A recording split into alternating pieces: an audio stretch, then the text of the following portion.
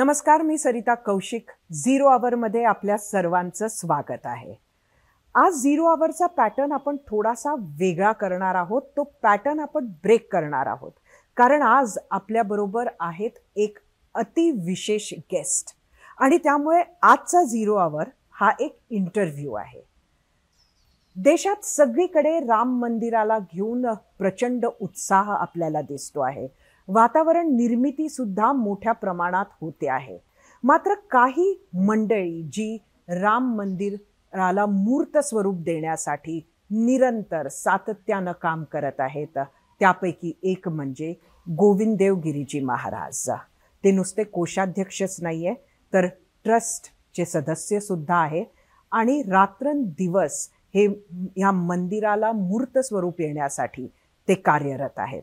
आज एबीपी माझाच्या दर्शकांसाठी खास गोविंदगिरी महाराजांची ही मुलाखत. महाराज, आपलं स्वागत आहे एबीपी माझामध्ये. आम्हाला सगळ्यांनाच कुतूहल आहे की एखादी धार्मिक गोष्ट जेव्हा होणार असते तेव्हा मुहूर्त हा महत्त्वाचा असतो. तर जी 22 जानेवारीचा मुहूर्त निवडलेला आहे त्याचं वैशिष्ट्य काय? याबद्दल अनेकांना कुतूहल आहे, आणि हे थोडंसं तिथली स्थिती लक्षात घेतल्यानंतर निवळेल. गोष्ट अशी आहे की संक्रांतीपर्यंत धनुर्मास असतो.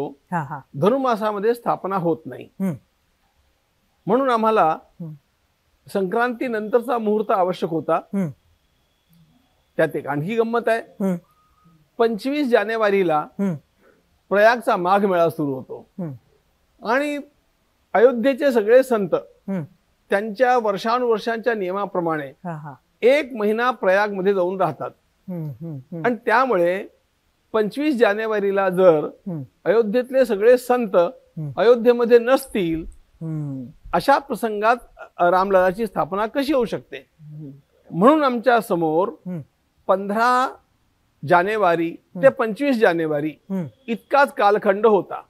इतक्या कालखंडामध्ये सर्वात चांगला मुहूर्त कुठला असणार आहे याबद्दल मी देशातल्या 7 उत्तम ज्योतिर्विदांशी संपर्क केला, आणि त्यांच्याकडनं सगळं एकमत होऊन आणि 22 जानेवारीचा हा मुहूर्त निश्चित ठरला.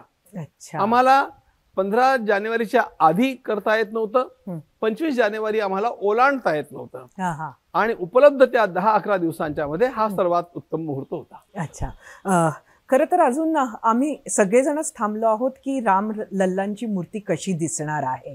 तर या मूर्तीबद्दल एक सध्या तरी गुप्तता बाळगण्यात आलेली आहे. भारताला त्याचं फर्स्ट लुक कधी बघायला मिळेल? असं आहे की गुप्तता ही लोकांच्या लेखी असेल, पण तशी गुप्तता आम्ही काही ठेवलेली नाही.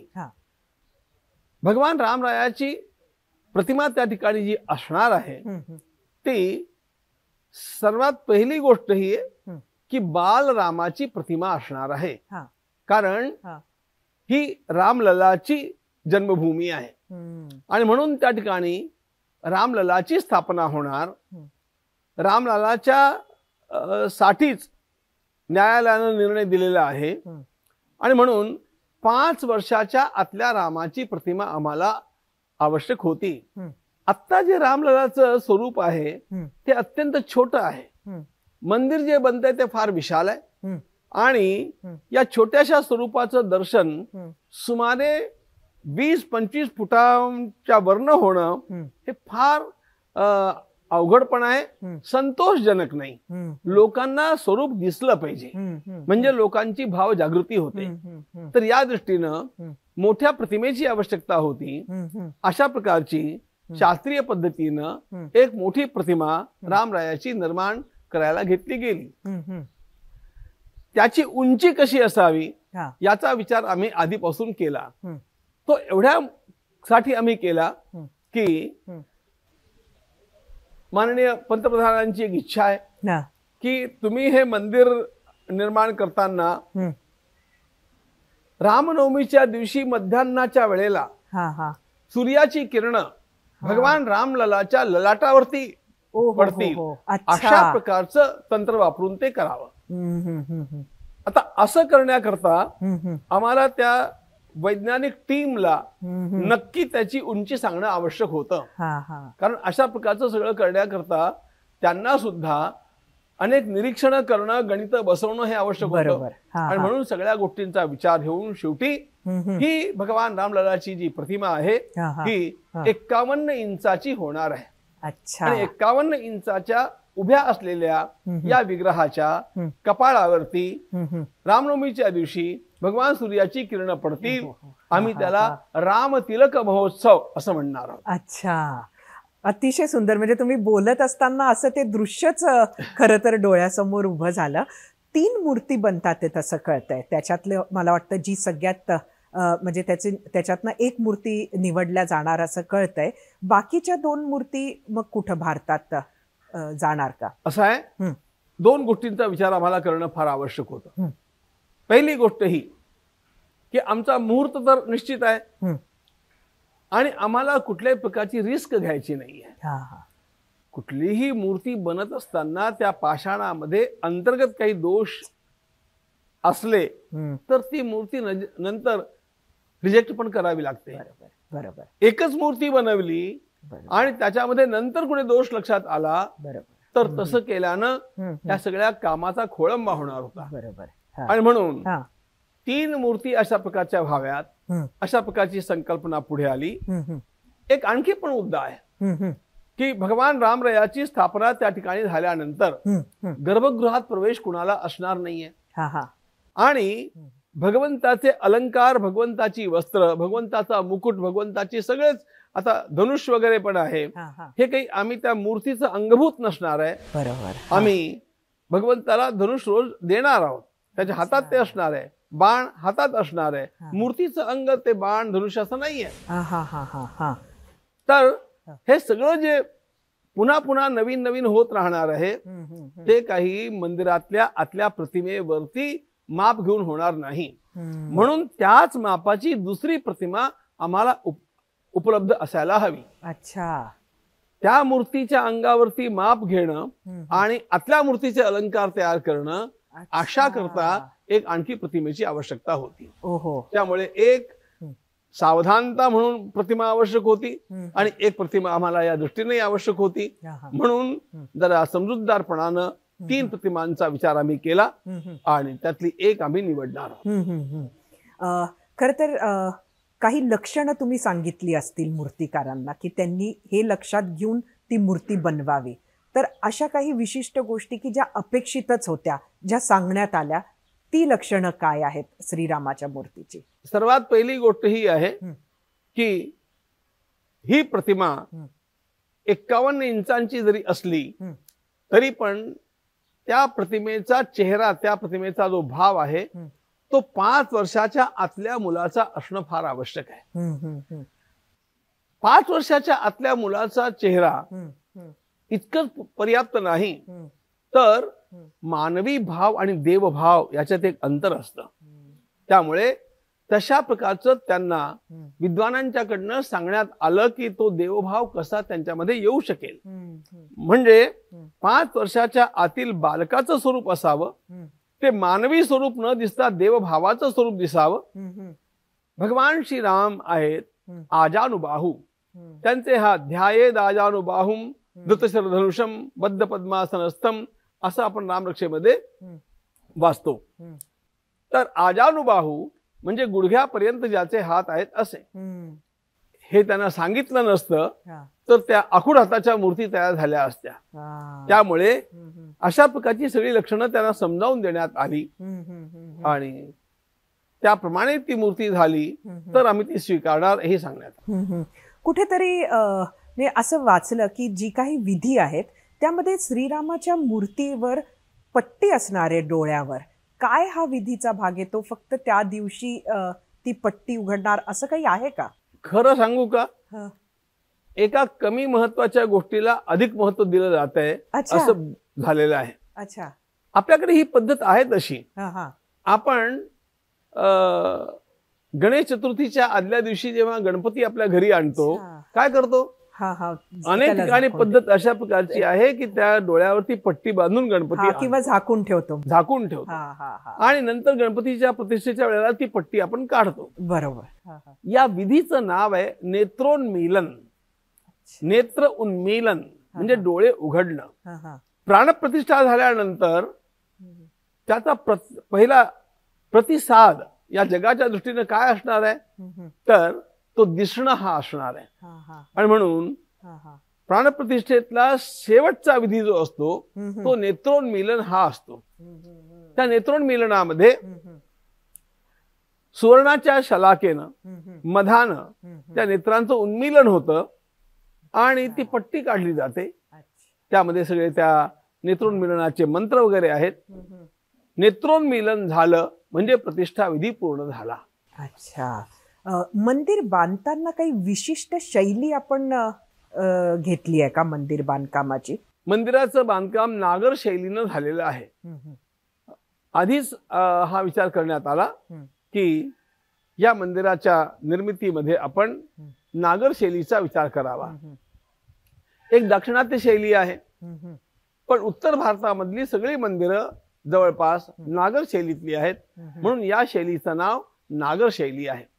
नागर शैलीचे जे काही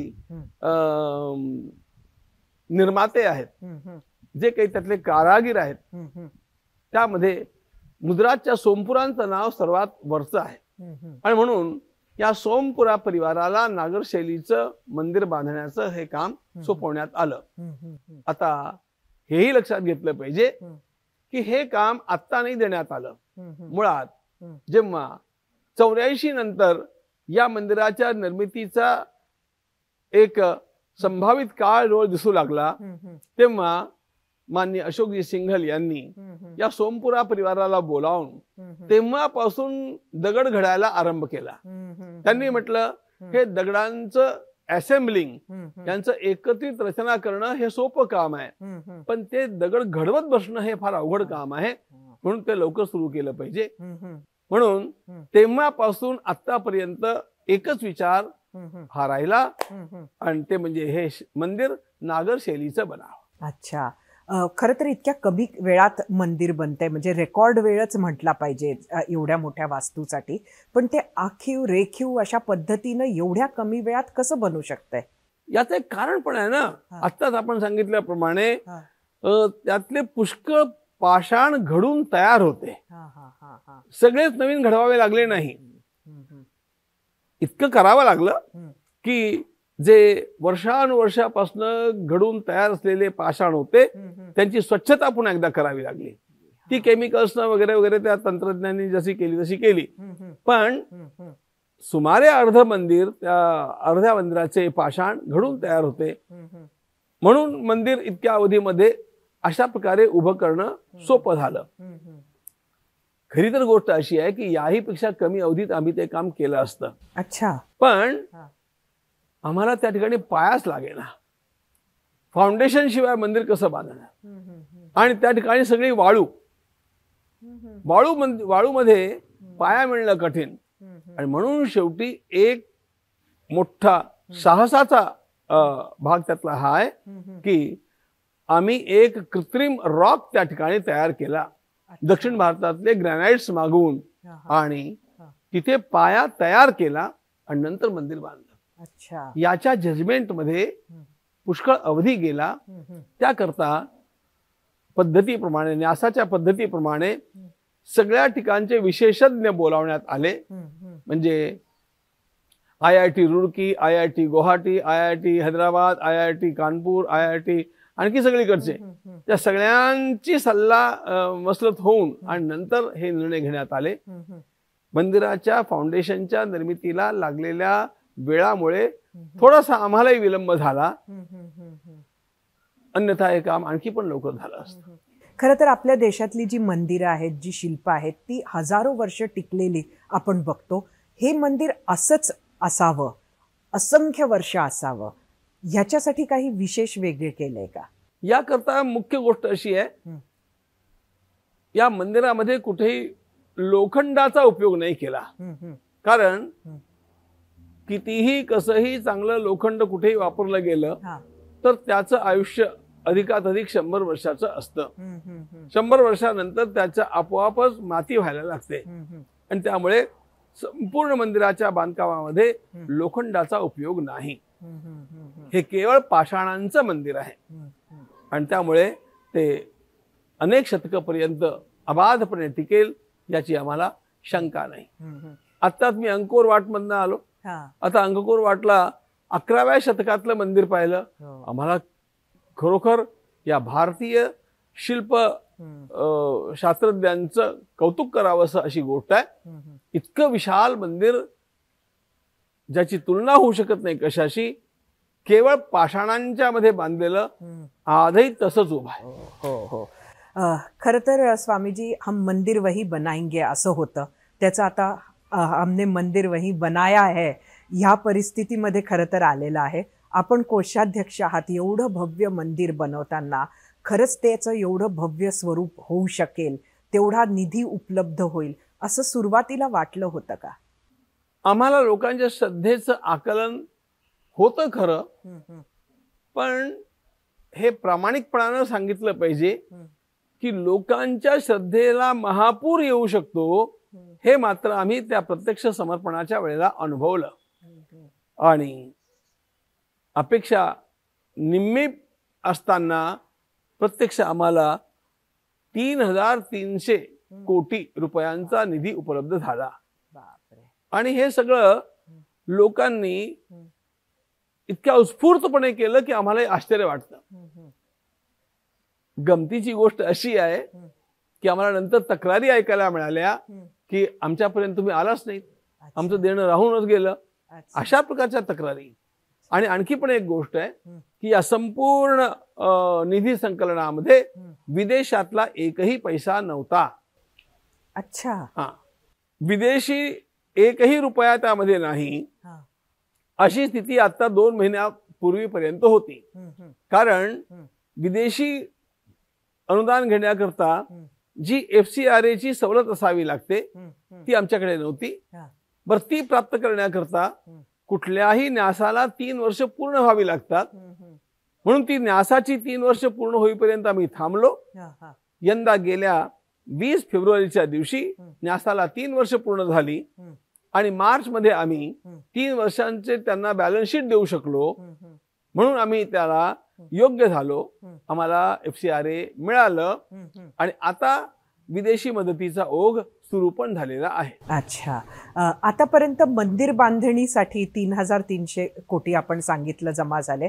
आतापर्यंत मंदिर बांधणीसाठी आपल्याला किती खर्च आला आणि पुढे ते पूर्णत्वाला न्यायला हा पैसा जो आहे तो सफिशियंट आहे का? सामान्यतः या मंदिर बांधणीच्या आतापर्यंतच्या खर्चामध्ये 1400 कोटी रुपयांचा व्यय आमच्या त्याच्या आसपासचा व्यय असणार आहे. पण हा सगळा खर्च करूनही आज आमच्याकडे 2,900 कोटी रुपये शिल्लकच आहेत. अरे बापरे. याचं कारण समर्पणाच्या वेळेला लोकांनी दान दिलं ते झालं, पण समर्पणानंतरही दर्शनाकरता येणाऱ्या लोकांनी आणि विविध प्रकारे बँकेमध्ये पाठवणाऱ्या लोकांनी जे काही दान दिलं त्याचा ओघ चालूच आहे. अच्छा. खरं तर राम मंदिराचा एकंदरीत मुद्दा हाच हिंदू अस्मितेशी जोडलेला होता. त्यामुळे आपल्या देशात हे राम मंदिर उभं राहणं का गरजेचं होतं? माझं प्रामाणिक मत असं आहे की याला हिंदू अस्मिता वगैरे असे शब्द वापरून आपण थोडंसं एका मूळ विषयाला बगल देतो आहोत. आमच्या दृष्टीनं हा मुद्दा राष्ट्रीय अस्मितेचा आहे आणि राष्ट्रामध्ये केवळ हिंदूच आहेत असं नाहीये. आणि म्हणून जरी या राम मंदिराच्या सगळ्या हालचालीकडे किंवा आंदोलनाकडे बघत असताना लोकांचा समज पण असा झाला आणि काही प्रमाणात ते सत्य असल्याचं पण जाणवलं की हा हिंदू मुसलमान संघर्ष तर नाहीये, पण प्रामाणिकपणानं तसा तो संघर्ष असू नये, तसा तो नाही, अशा प्रकारची आमची भूमिका आहे.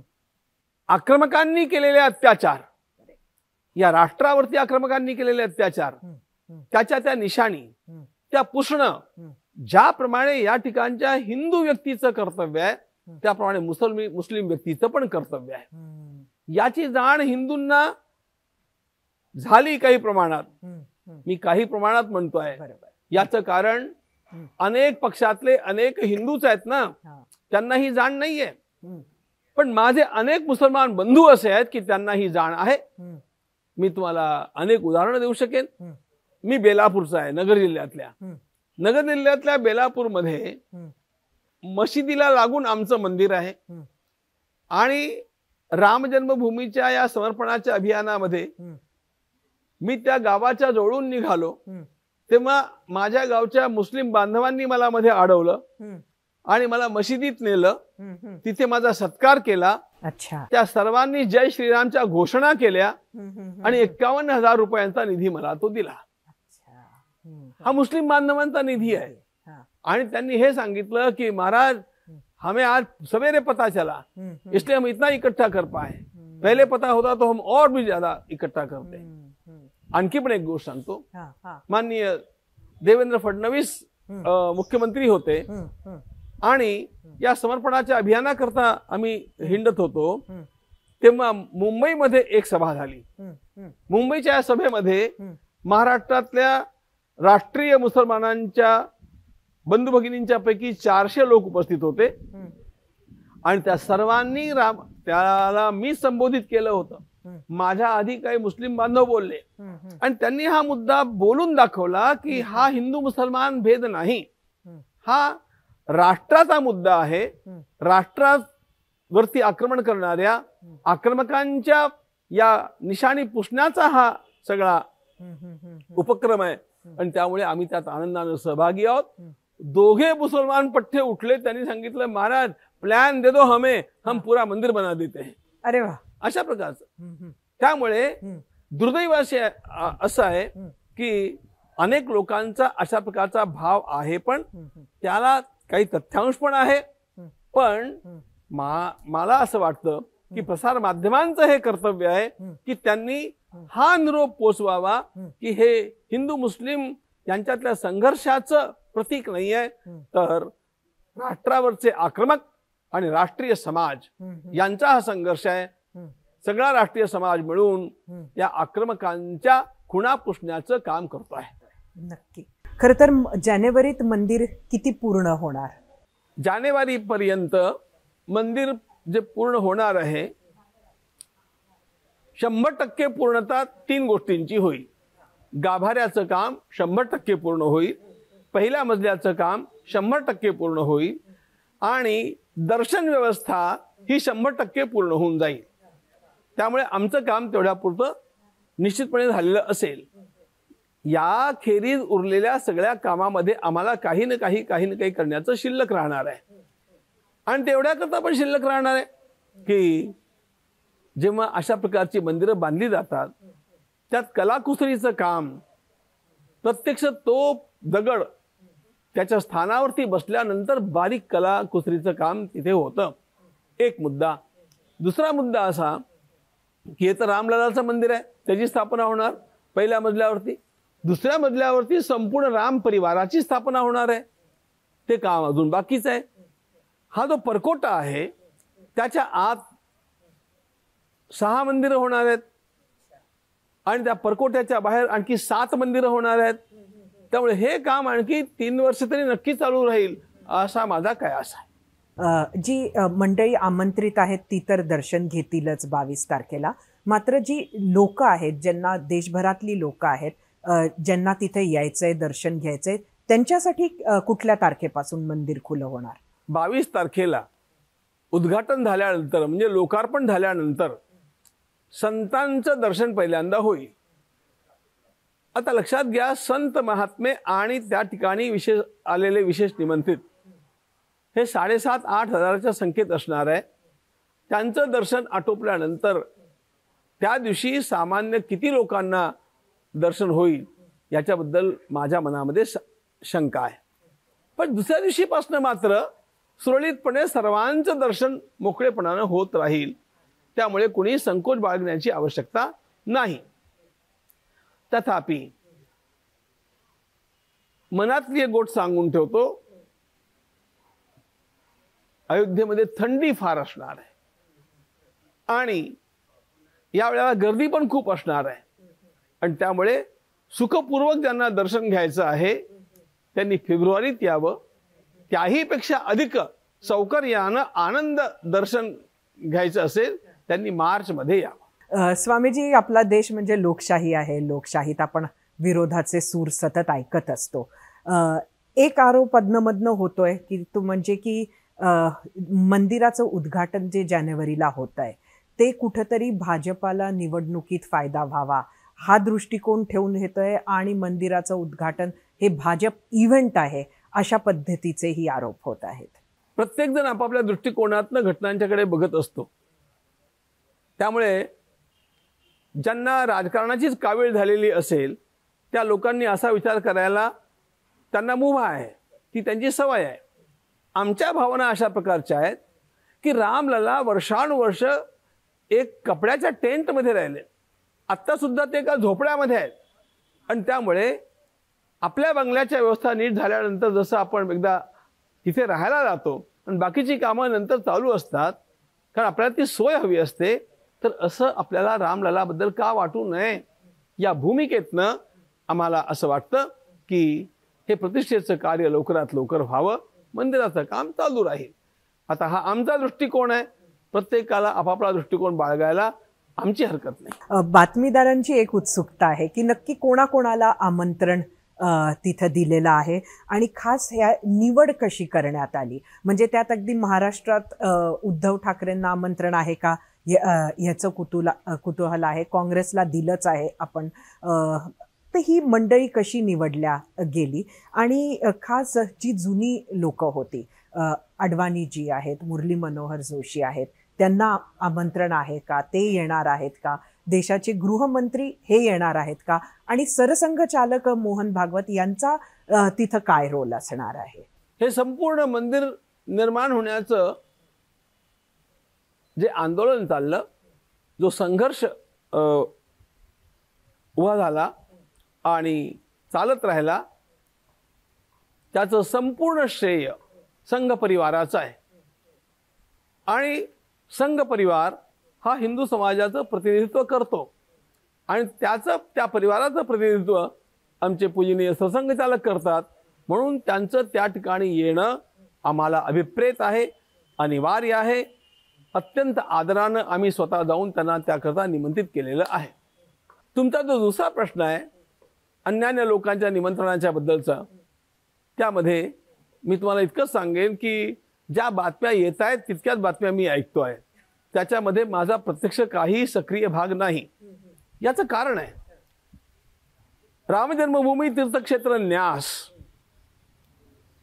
ज्या लोकांना निमंत्रण देत आहेत ते सगळे फक्त साधू संत आहेत. आमच्याकडे काम जे आहे साधू महात्म्यांना निमंत्रण देणं इतकंच काम आमच्याकडे आहे. साधू महात्म्यांच्या अतिरिक्त ज्या ज्या लोकांना निमंत्रण जात आहेत त्याचं काम स्वतः मुख्यमंत्री माननीय आदित्यनाथ योगीजी मॉनिटर करतायत. मग ते करत असताना संघाला विचारत असतील, विश्व हिंदू परिषदेला विचारत असतील, ते त्यांना ठाऊक आहे. पण आम्ही मात्र फक्त संतांना निमंत्रित करतो. एकीकडे राम मंदिर बनत असताना इतर आपण राष्ट्रीय अस्मितेबद्दल सांगितलंच, पण हिंदू तर समाज नक्कीच एकत्र यावा कारण सर्व हिंदूंसाठी ते श्रद्धास्थान असणार आहे. असं असताना आपण महाराष्ट्रातले आहात, आपण पाहतात कुठेतरी अशा घटना महाराष्ट्रात घडतात आहेत की जातीय तेढ असो किंवा जातीय अस्मिताच खूप प्रखर होत आहेत आणि सगळ्या मागण्या ज्या आहेत त्या जातीवर आधारित आहेत, हिंदू म्हणून नाही. हे का केल्या, हे कोणी करतंय का? खरं तर माझा पहिला प्रश्न आहे की हे करवल्या जातंय का, हे मुद्दामून करवल्या जातंय का, की हे नैसर्गिकरित्या एक घुसळण समाजात होत असते त्याचा भाग आहे? कसं बघता आपण याच्याकडे? मुळात गोष्ट अशी आहे, आता तुम्ही हा फार मला गंभीर आणि हा मौलिक प्रश्न विचारलेला आहे. त्याचं विवेचन मला तासभर करावं लागेल, तितका वेळ आत्ता नाही. पण थोडक्यात तुम्हाला सांगून ठेवतो, आपला एकाच बसलेला देश हा मोडकळीला यावा, तो विभाजित व्हावा, याकरता कारस्थानं आज नव्हे गेली 150 वर्ष चालू आहेत. मी तुम्हाला एका पुस्तकाचा संदर्भ देईन. राजीव मल्होत्रांचं ब्रेकिंग इंडिया हे पुस्तक आपण वाचा, म्हणजे लक्षात येईल कशा प्रकारे या देशाचे तुकडे तुकडे करण्याकरता जातींचा उपयोग, भाषांचा उपयोग, संप्रदायांचा उपयोग, आर्य द्रविड यांचा या भावनेचा उपयोग, या सगळ्या गोष्टींचा उपयोग करण्यात आला आणि प्रत्येक प्रदेशामध्ये अशा प्रकारची जातीय तेढ निर्माण करण्याकरता कुठले कुठले इश्यूज उपयोगी पडतील याचाही अभ्यास करून आमच्या देशाच्या बाहेरच्या अनेक शक्तींनी हा देश तोडण्याकरता प्रयत्न केला. ज्याप्रमाणे बाहेरच्या शक्ती हे काम करतायत, बाहेरच्या शक्तीचे आमच्या देशातले असलेले एजंट सुद्धा त्यांच्याकरता भाडोत्री बनून अशा प्रकारची कामं करतायत. आणि म्हणून खरं म्हणजे हा जात हा शब्द संपून गेला पाहिजे. छत्रपती शिवाजी महाराजांच्या युद्धामध्ये, त्यांच्या सेनेमध्ये ज्याप्रमाणे 18 पगड जात एकत्र आली, ज्याप्रमाणे पंढरपूरच्या आमच्या वाळवंटामध्ये 18 पगड जात एकत्र येते आणि आपलं काम करते भक्तिभावनेनं, आमचा हा स्थायी भाव होता. पण राजकारणी लोकांनी या जातीला खतपाणी दिलं आणि खरोखर स्वातंत्र्यपूर्व काळामध्ये सुद्धा जातीयवाद जितका प्रबळ नव्हता तितका त्यांनी आणखी प्रबळ करून ठेवला. कुठेतरी याचा विराम होणं आवश्यक आहे. आमचा सर्वांचा हा दृष्टिकोन आहे. कुठेतरी राम मंदिर बनतं आहे ह्याच्यामुळे जो एक विरोधाचं सूर असणारी जी मंडळी आहे, मग ती राजकारणाचा विरोध असो किंवा इतर काही विरोध असो, ते कुठंतरी एक रणनीती आखून असं काही करतात ते आत्ताच्या काळात, असं काही वाटतंय का आपल्याला? मूळ गोष्ट अशी आहे की सगळी मंडळी सत्ता पिपासू आहेत. सत्ते विना बेचैन होणारी ही जी मंडळी आहेत, पाण्याबाहेर मासोळी तैसा तुका तळमळी, तसं सत्तेबाहेर ही मंडळी रात्रंदिवस तळमळी, अशा प्रकारची त्यांची अवस्था आहे. आणि म्हणून त्यांना पुन्हा सत्तेत येण्याकरता विद्यमान शासनाचा पराभव होणं आवश्यक आहे असं वाटतं. आणि तो पराभव होण्याकरता कुठेतरी अशा प्रकारे छेडछाड करून वातावरण प्रदूषित करणं आवश्यक वाटतं. त्याचा हा परिणाम आहे. वस्तुतः आमच्या अनुभवाप्रमाणे सांगतो, अपवाद सगळीकडे असतात, पण संपूर्ण आसेतू हिमाचल भारतवर्षामध्ये सर्व संप्रदायांच्या मध्ये, सर्व जातींच्या मध्ये, सर्व प्रकारच्या आर्थिक स्तरांच्या मध्ये भगवान श्रीराम हे अत्यंत पूजनीय, आदरणीय व्यक्तिमत्व आणि केंद्र आहे. आणि त्यामुळे सगळा देश रामाच्या या भक्ती भावानं या महोत्सवाकरता कटिबद्ध आहे, तयार आहे, उत्सुक आहे, आनंदित आहे. आता काही लोकांना, दिवाभीतांना अशा प्रकारचं काही वाटतं, त्या देशाचं दुर्दैव आहे. मी इतकंच करेन, जशी ज्ञानेश्वर महाराजांनी प्रार्थना केली की भगवान त्यांना सद्बुद्धी देवो, जे खळांची व्यंकटी सांडो, तया सत्कर्मी रती वाढो, भूता परस्परे जडो मैत्र जीवाचे. आम्हाला रामानं मैत्री शिकवली. आम्ही भगवान श्री रामचंद्रांचा हा मैत्रीचा प्रवाह पुढे वाहवण्याकरता हे कार्य करतो आहोत. धन्यवाद. खरं तर एकच छोटा प्रश्न होता, तो शेवटचा विचारून घेते, कारण मला वाटतं आमच्या दर्शकांना आवडेल तुमच्या तोंडून ऐकायला की राम हे तत्व नक्की काय? राम हे तत्व या सृष्टीचं आदिम तत्व जे असेल त्याला आमच्या ऋषींनी 2 नावं दिली. सृष्टीच्या आदिम तत्वाला GOD म्हणजे God, generation, operation and destruction, the power that generates the universe, the power that operates the universe, and the power that destroys the universe, that is God. असं जे सृष्टीचं आदिम तत्व आहे, सोर्स, त्याला आमच्या ऋषींनी ओम हे नाव दिलं आणि त्या ओमला डायल्यूट करून अधिक सोपं बनवण्याकरता राम हे नाव दिलं. आणि म्हणून हा राम जो प्रत्यक्ष सर्व चराचरामध्ये भरलेला आहे तो आमचा राम. पण तो चराचरातला भरलेला राम, ते चराचरातलं भरलेलं तत्व साकार झालं तर कुठल्या गुणांचा आविष्कार त्याच्यातनं होईल, अशा प्रकारच्या गुणांच्या आविष्काराची मूर्ती म्हणजे श्रीराम. म्हणून महर्षी वसिष्ठांनी, जे रामचंद्रांचे गुरु होते, असं म्हटलं, रामो विग्रहवान धर्म इज ऑल मॉरल व्हॅल्यूज पर्सॉनिफाईड. आणि म्हणून त्या आदिम तत्वाचं साकार गुणात्मक रूप म्हणजे भगवान श्रीराम. महाराज आपले खूप खूप धन्यवाद. आज आपण, मला माहिती आहे अत्यंत व्यस्त आहात, पण एबीपी माझ्यासाठी आपण खास हा वेळ काढलात आणि खरंच ज्या पद्धतीनं आपण अगदी थोडक्यात रामतत्व समजावून सांगितलं त्याचे विशेष आभार. एबीपी न्यूजच्या संचालकांचे आणि दर्शकांचे मी आभार मानतो, कारण या सर्व सद्भावना आपण आपल्या या माध्यमातून जनतेपर्यंत पोहोचवून आमचंच काम करीत आहात. त्यामुळे आपलेही धन्यवाद.